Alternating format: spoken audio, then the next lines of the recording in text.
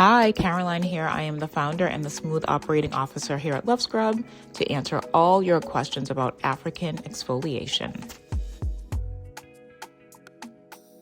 Okay, here is another question that we get all the time. So the traditional way to clean it is just with hot water and let it air dry. And that's completely fine. That's how I've been cleaning mine all these years, and it's worked.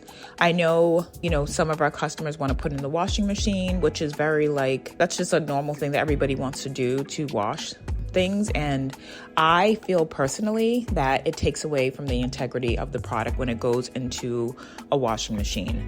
There's other ways you can sterilize it as well. Put it in a pot on the stove and let it boil. I know a lot of people do that, but yeah, I just think it's best to just, rinse it with hot water, but do what's best for you. Please feel free to check out our website to learn more and also to pick up an authentic African mesh body exfoliator. You'll thank us later.